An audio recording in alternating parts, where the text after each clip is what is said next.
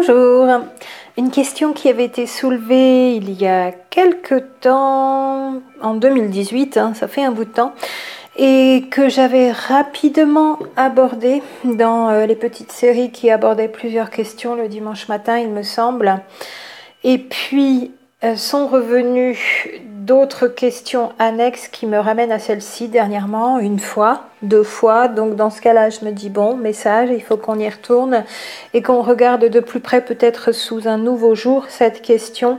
Et ici, sous un regard énergétique, bien sûr, physique, parce que j'y avais répondu peut-être sous un regard plus psychologique. Et sans les détails que je vais vous apporter ici, qui finalement seront tout simples et rapides, par rapport à la démonstration que l'on peut faire à un niveau énergétique.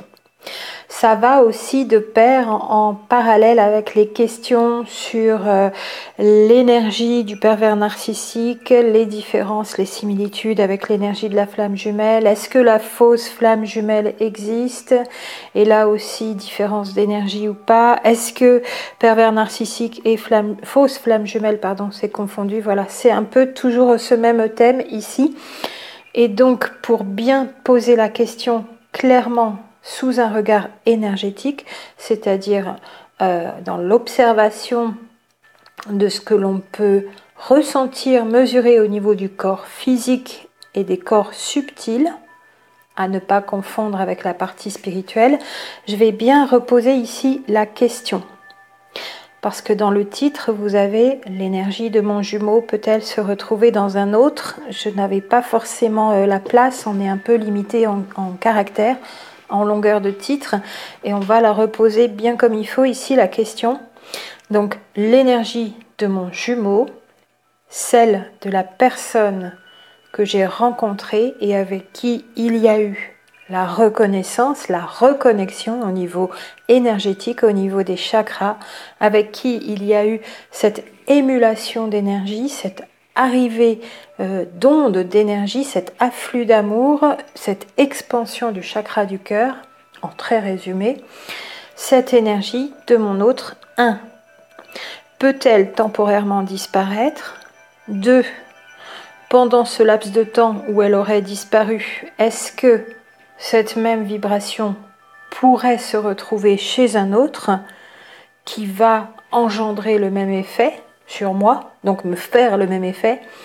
Et 3, pour ensuite revenir chez le premier, mon jumeau, celui que j'avais reconnu la première fois, et qui va de nouveau avec cette première personne, premier homme ou première femme, me faire le même effet, toujours. Donc sauter d'une personne à l'autre. Disparaître du premier, aller chez le deuxième, repartir du deuxième pour réintégrer le premier. Est-ce que cette énergie avec laquelle je suis connectée peut faire ça? Donc afin de bien situer le cadre de ce raisonnement, on est bien là sur des mesures physiques, quelle que soit la façon dont on mesure, et sur les corps subtils. Et je peux vous répondre en reprenant tout d'abord les bases de ce qui se passe au niveau des corps subtils, et donc les bases de l'énergétique corporelle pour un être humain, très rapidement. Si nous considérons que l'âme et l'incarnation existent sur Terre, nous sommes donc une âme, un plasma d'énergie rempli d'informations qui s'est fabriqué un corps physique adéquat pour cheminer dans cette enveloppe corporelle qui correspond au plan de matière, au plan de conscience qu'elle a choisi d'explorer pour cette vie-ci, cette âme. Le corps physique est donc bien le véhicule de l'âme, toujours. Ce corps physique, il est constitué d'énormément de choses, de beaucoup d'éléments, donc de milliards de cellules, de tissus, d'organes, d'un système nerveux, d'un système digestif, d'un système cérébral, d'un système cardiaque, d'un système lymphatique, d'un système hormonal, d'un système immunitaire et aussi de toute sa petite colonie de bactéries, notamment fortement localisées dans le microbiote intestinal, donc dans les intestins, mais encore aussi à la surface de la peau. Dans un univers vibratoire où tout est vibration, chacun de ces éléments, du plus petit au plus grand, a sa propre vibration, ou sa vibration propre. Une cellule a une vibration et une fréquence, un foie, un pancréas, un cœur, une thyroïde, un cerveau, tout cela, ça a sa fréquence en termes de vibration. Fréquence unique avec une résultante pour ce corps humain qui va être unique aussi. Donc on a à la fois un ADN unique qui constitue ce corps physique unique, codé par cet ADN unique, et une résultante vibratoire de tous ces éléments qui est elle aussi avec une fréquence unique au monde sur cette terre, propre à chaque individu. Il n'y en a qu'une. Il y a donc presque déjà là la réponse. Si ce corps, cet ADN, cette personnalité, ces organes sont uniques, la résultante qui est unique génère une énergie unique. Il n'y en a pas deux pareils dans le monde. Donc la résultante vibratoire des 7 corps subtils principaux qui correspondent aux 7 chakras est elle aussi unique. D'autant plus qu'il y a aussi dans ce corps une âme qui l'a investi, qui a ce que je dis à chaque fois, je l'appelle comme ça, donc une signature fréquentielle unique. En fait, cette expression me vient de l'alchimie végétale et des plantes qui ont leur signature à un niveau vibratoire, mais on parle aussi de théorie des signatures en termes de forme. Vous savez, la noix qui ressemble au cerveau, le haricot qui ressemble au rein, on appelle ça la théorie de la signature chez les plantes, mais par ailleurs aussi, quand on fabrique un élixir, on sait que cet élixir a une vibration unique et on appelle ça une signature fréquentielle en alchimie végétale aussi. Et j'ai, c'est vrai, pris cette expression de la signature fréquentielle. On entend par ailleurs signature vibratoire, vous entendrez à certains moments. Eh bien, pour moi, c'est la même chose pour l'âme. Cette âme unique, elle a une signature fréquentielle et il se trouve que quand on rencontre notre autre, a priori, c'est la même ou presque la même selon le degré de connexion. Donc cet être humain avec tous ces corps subtils, ces corps invisibles qui constituent aussi son énergie, a une signature fréquentielle unique d'âme et une énergie résultante de tout ce qui le compose unique sur Terre qui a une mesure unique. Voici qui nous donne la bonne direction pour conclure simplement de manière sûre. Ce corps physique a ADN unique, avec sa structure unique, sa personnalité unique qui correspond à cet ADN, et cette âme qui a sa propre signature fréquentielle, ne ressemble à aucune autre. Ce corps ne ressemble à aucun autre dans sa vibration, donc cette vibration ne ressemble à aucune autre.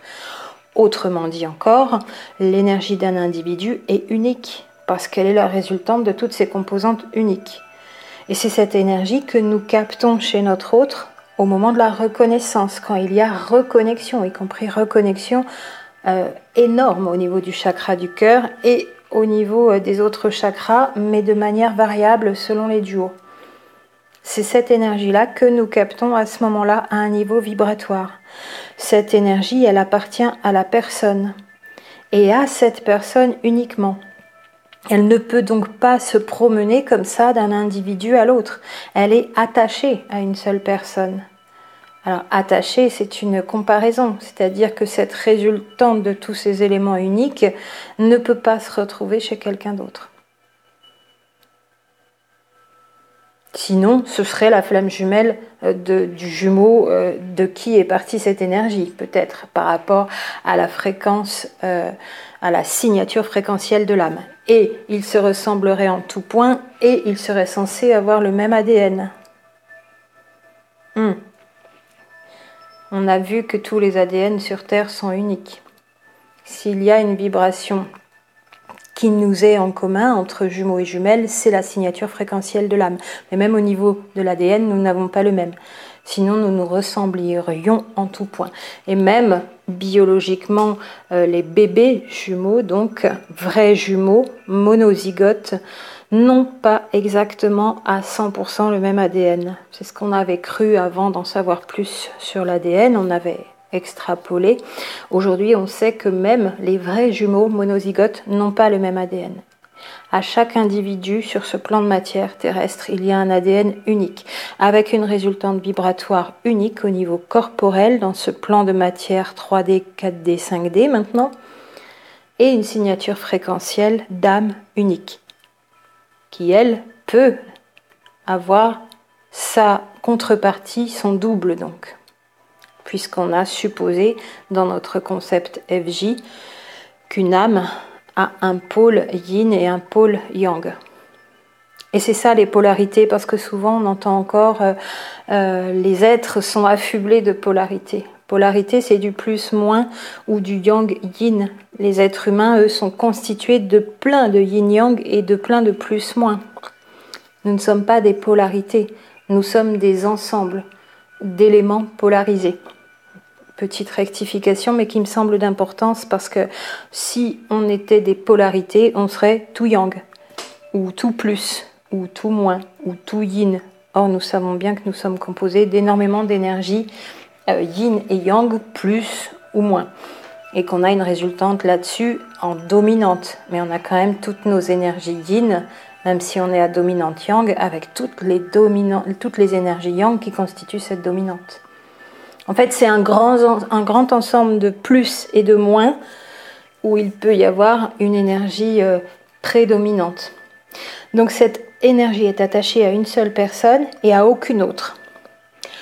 Par contre, j'entends bien et je peux bien considérer que certaines personnes auraient quand même bien vécu de manière formelle et véridique dans ce qu'elles racontent comme expérimentation. Elles auraient bien vécu cette expérience d'avoir retrouvé cette même énergie dans deux personnes différentes. La première fois, donc la première personne, cette énergie a quitté la première personne pour aller vers la deuxième et est revenue vers la première. Je peux tout à fait considérer que cette expérience a été réellement vécue. Mais par rapport à la démonstration en termes d'énergie vibratoire que je viens de faire, dans ce cas, pour moi, cela ne peut pas être l'énergie de la personne en elle-même. C'est une énergie supplémentaire, extérieure, qui vient comme recouvrir et tellement bien recouvrir l'énergie de l'individu qu'elle couvre sa propre énergie unique personnelle. Elle vient se superposer. Et cette énergie extérieure, qui vient d'ailleurs avoir d'où, peut aller faire la même chose chez un autre individu. À voir pourquoi une troisième personne, vous en l'occurrence, vous auriez eu ces deux êtres humains chez qui cette énergie aurait sauté de l'une à l'autre, serait passée de l'un à l'autre des individus. C'est très intéressant, mais pour moi, ça ne peut pas être l'énergie de cette connexion unique que l'on peut avoir avec cette vibration unique qui appartient à l'individu. Elle ne bouge pas, elle ne saute pas. Celle qui est unique et qui est attachée à l'individu reste attachée à l'individu. Par contre, s'il y a eu ces ressentis de vibration réelle qu'on a rencontrés chez l'un, qui est parti de chez cette personne, on ne la ressentait plus, qui est passé chez un autre et qui est revenu chez la première, pourquoi pas, je peux bien considérer que ça existe, mais pour moi c'est une autre énergie supplémentaire, extérieure, qui n'appartient pas à l'individu. Alors parasitage, entité, d'où ça viendrait encore, walk-in, avec est-ce que walk-in c'est une bonne chose ou pas, c'est qui est dans ce corps, d'où vient cette énergie qui est dans son corps. Il y a plusieurs considérations sur la question, mais ça n'est pas l'énergie qui est attachée à la personne. C'est une énergie supplémentaire, si elle peut bouger comme ça.